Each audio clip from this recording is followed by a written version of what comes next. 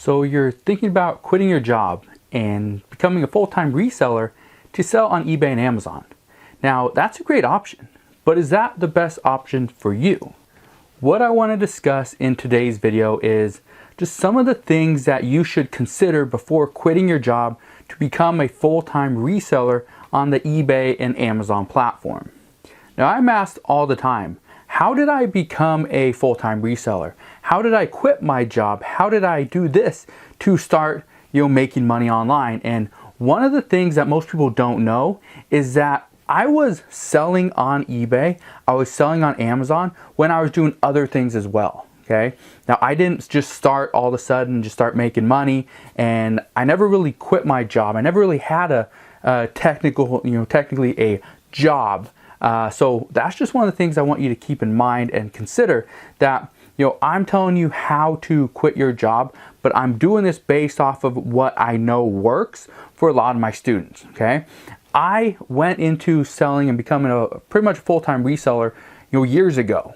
So it's not something new to me, but I just want to kind of put that out there just so you guys know that what I'm telling you, it does work. And I know this for a fact because this is exactly what I do with a lot of my students that go through my Thrift Store Profit course, or just contact me for one-on-one consulting through a simple coaching call. So with that said, what are some of the things that I need to know and need to consider before quitting my job to sell full-time on eBay, Amazon, or any other platform? So the first thing I highly recommend is that you know your numbers. You know how much money you need to survive. Okay, if you don't know that, don't quit your job just yet. So let's talk about the numbers and kind of give you an idea of what the numbers really mean and what the numbers that you need to absolutely know.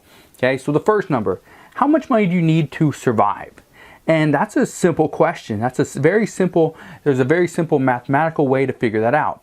You determine how much you have to spend every single month to pay for your mortgage, your car payment, your health insurance, your phone, all your bills, all your expenses, every single one. Okay? You can tally that up, add it up, and that's the number that you need to survive. Now, here's the number that I want you to know, and I want you to actually make your goal. It's 1.5, okay? 1.5. And here's the reason why we want to use that number, okay? The reason why is actually pretty simple. I don't want you to go out there, quit your job, and you have no other income coming in, and you're going to try to become a full-time reseller. I don't want you to do that if you don't have some type of a cushion. So here's why we use that 1.5.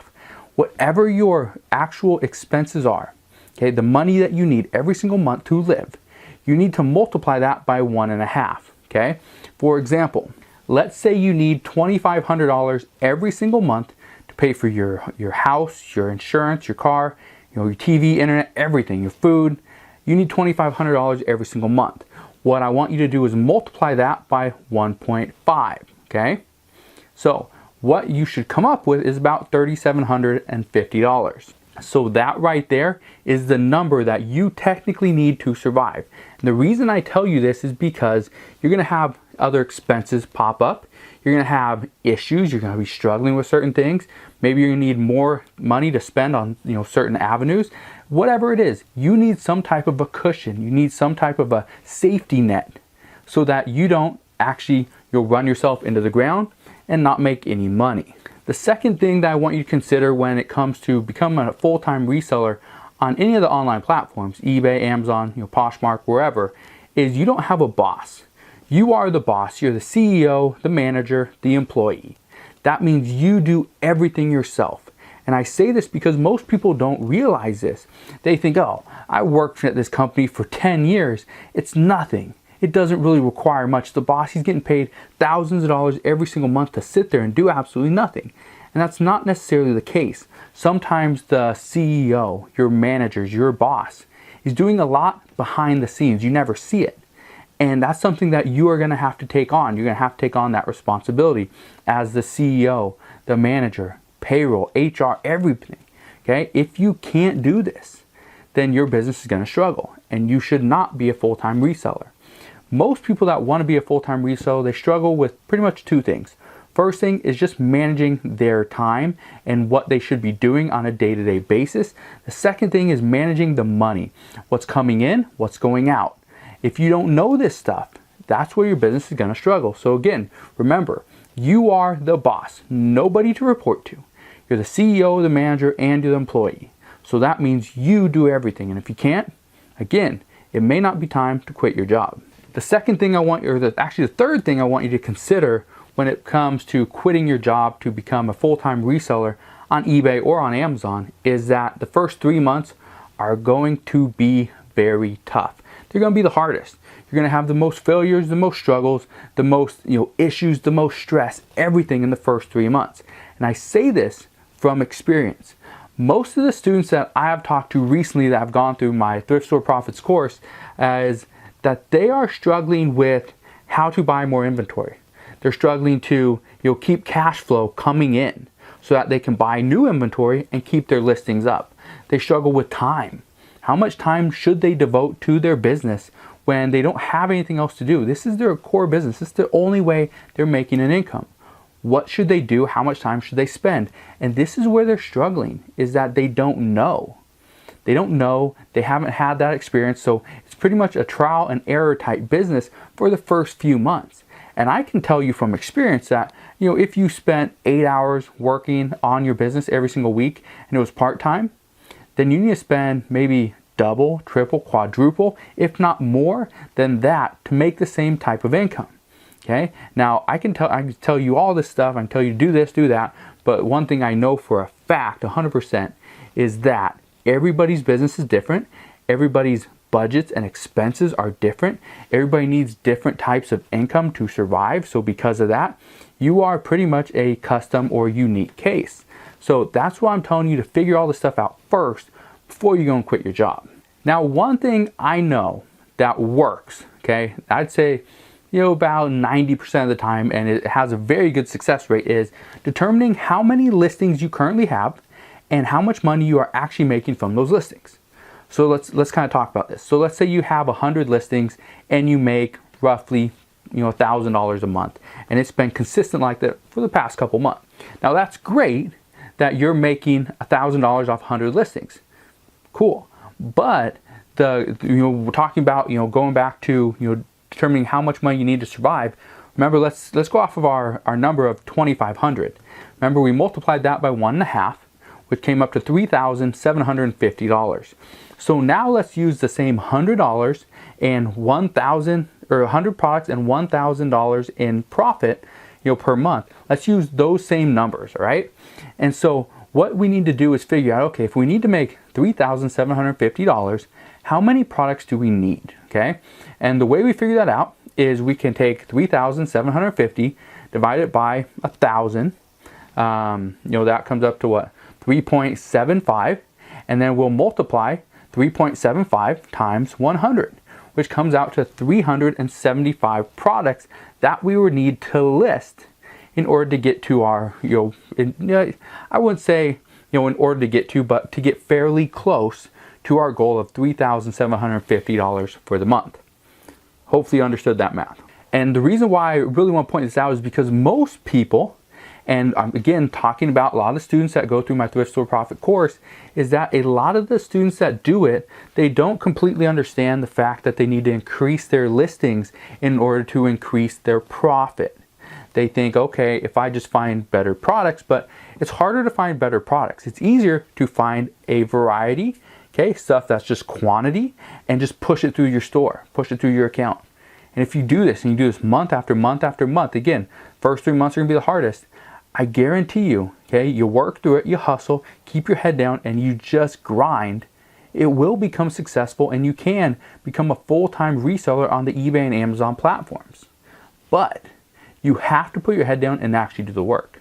Another thing I want to address is how much time should you really devote to your business? Now, you already know how much time you devote. Let's say, again, going back to the numbers, you have 100 items in your store and you sell and you make about $1,000 profit every single month from those 100 active items.